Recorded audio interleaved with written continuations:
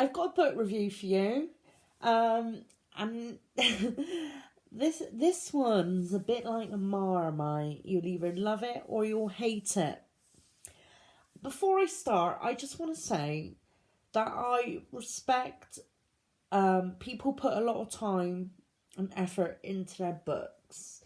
And not all books are going to be, not everyone's going to like all books.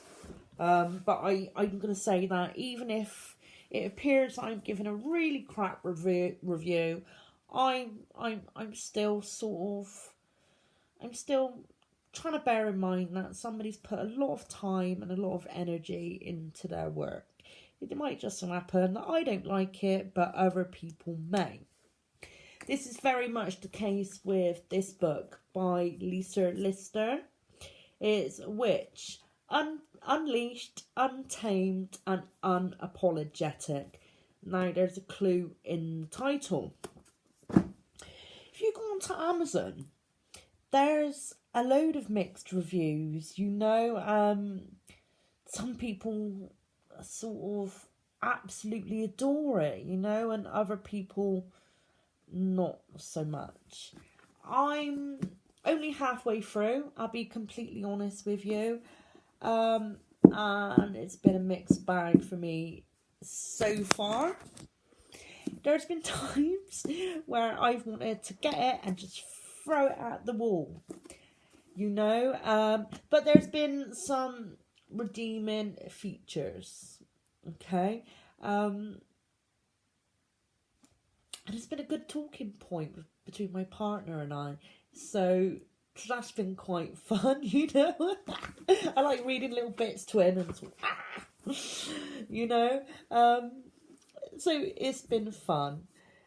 Now, I don't know who the target audience is for this book. It isn't young adults, because obviously they're kids, and so I'm thinking it might be for young women. It comes from a very feminist viewpoint. There are parts of this book which I really don't understand. I don't understand the author's use of language in certain parts of the book, especially it felt like constant use of the word pussy, when discussing the female genitalia. The first time was alright. Second and third time, calling a vagina a pussy, I thought it was quite disgusting, to be honest.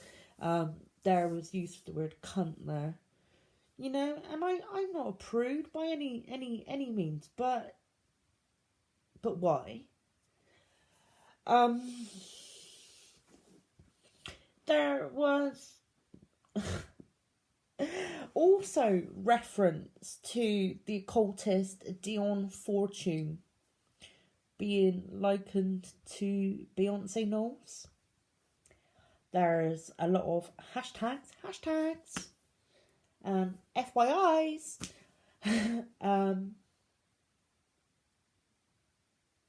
Not for me.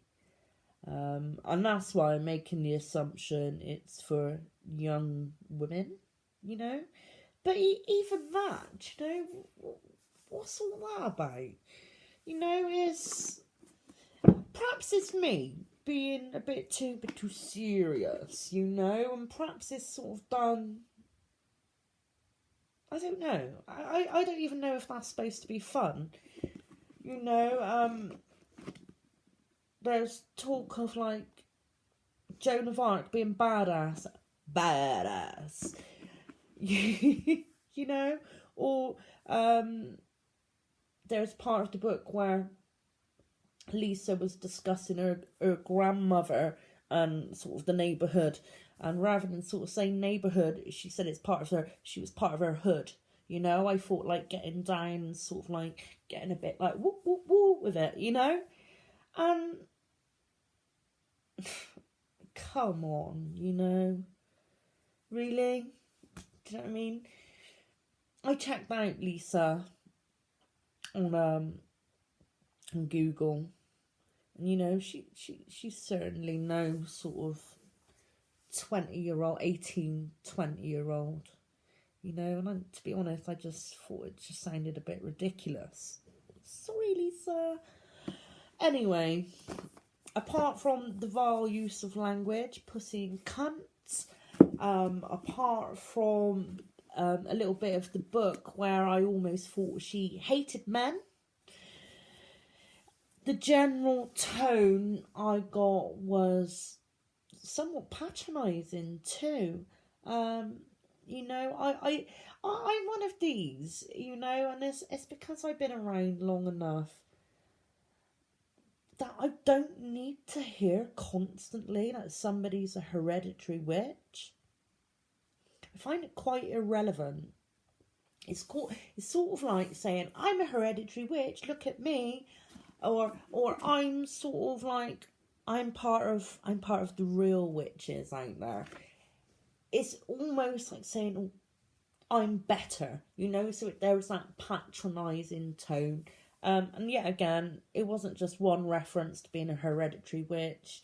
I think there was three, I think. I'm not going to go 1, 2, 3. So that was very irritating.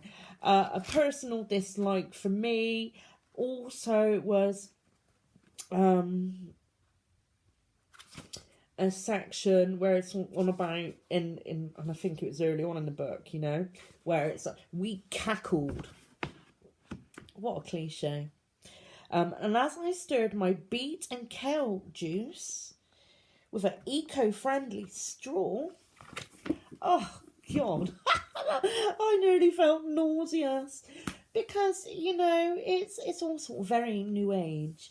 Now, that's great if you want to do that and it's all healthy and that's lovely, but why was it relevant? Do you know why? You know, not all witches, you know, eat superfoods all the time. Even if you do, why mention it, you know? So that's just some parts of the book that I didn't like. I've made some notes. Let me just quickly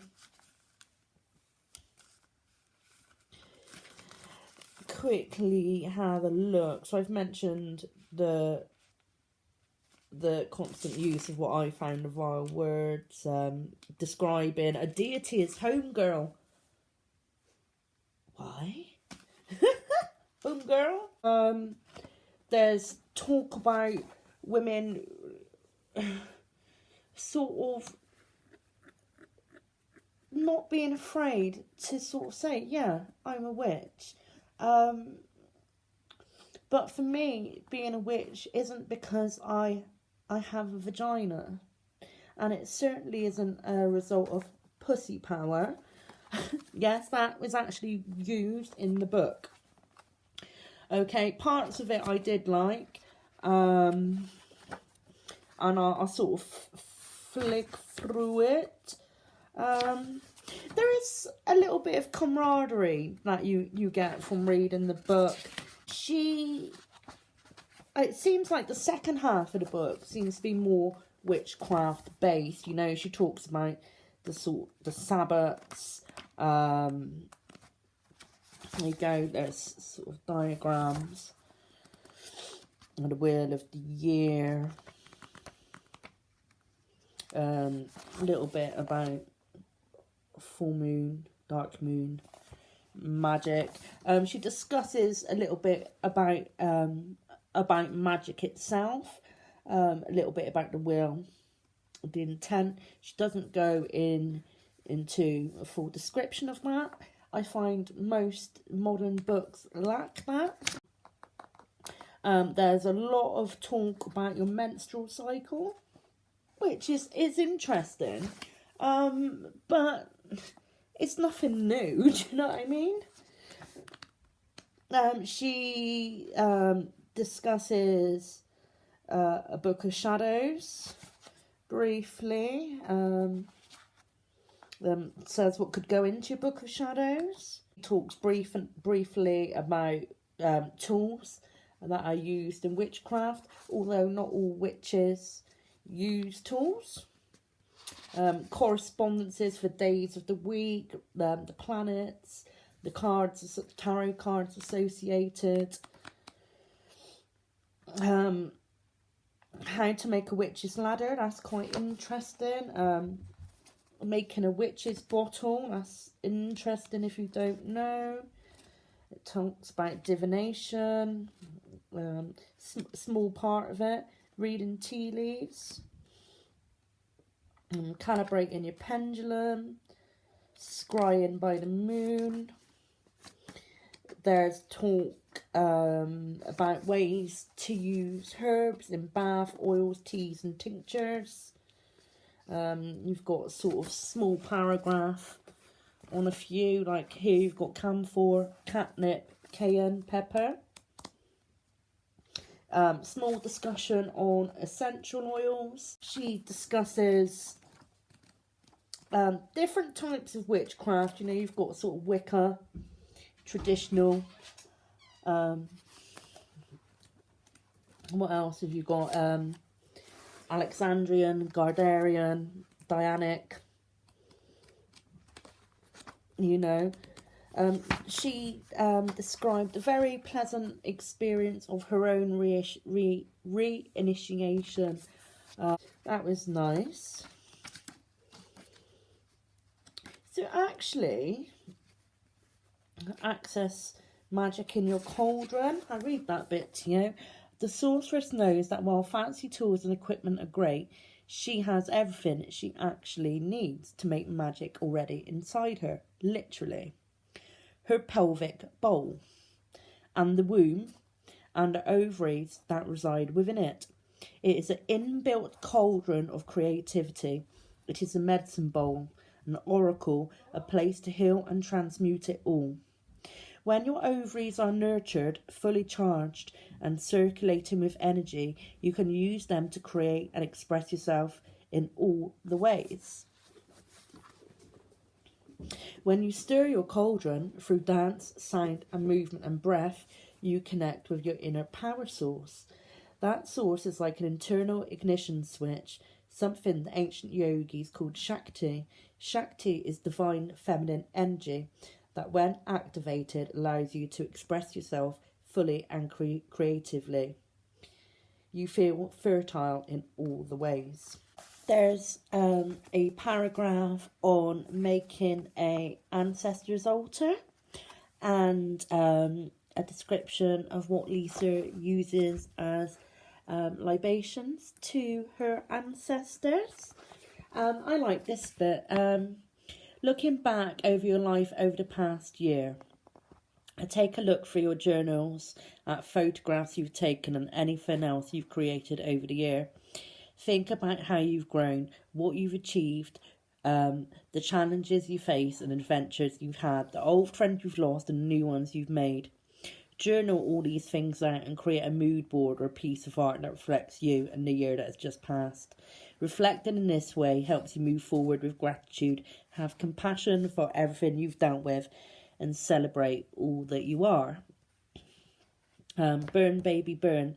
Write a list of everything you want to let go of, people, experiences, challenges, habits, then cast that list into the Samhain flames, allowing it to be burnt into ashes. There's talk about when Lisa and her husband-to-be made a besom for their hand fasting. There's talk about a Yule log of the chocolate variety. So I, for one, oh, here we go, this is quite good. Making a mojo bag, creating sigils. So, you know, I'm going to continue reading it. I'm pretty sure that I didn't like the first half of the book, but I think I will enjoy reading the second half.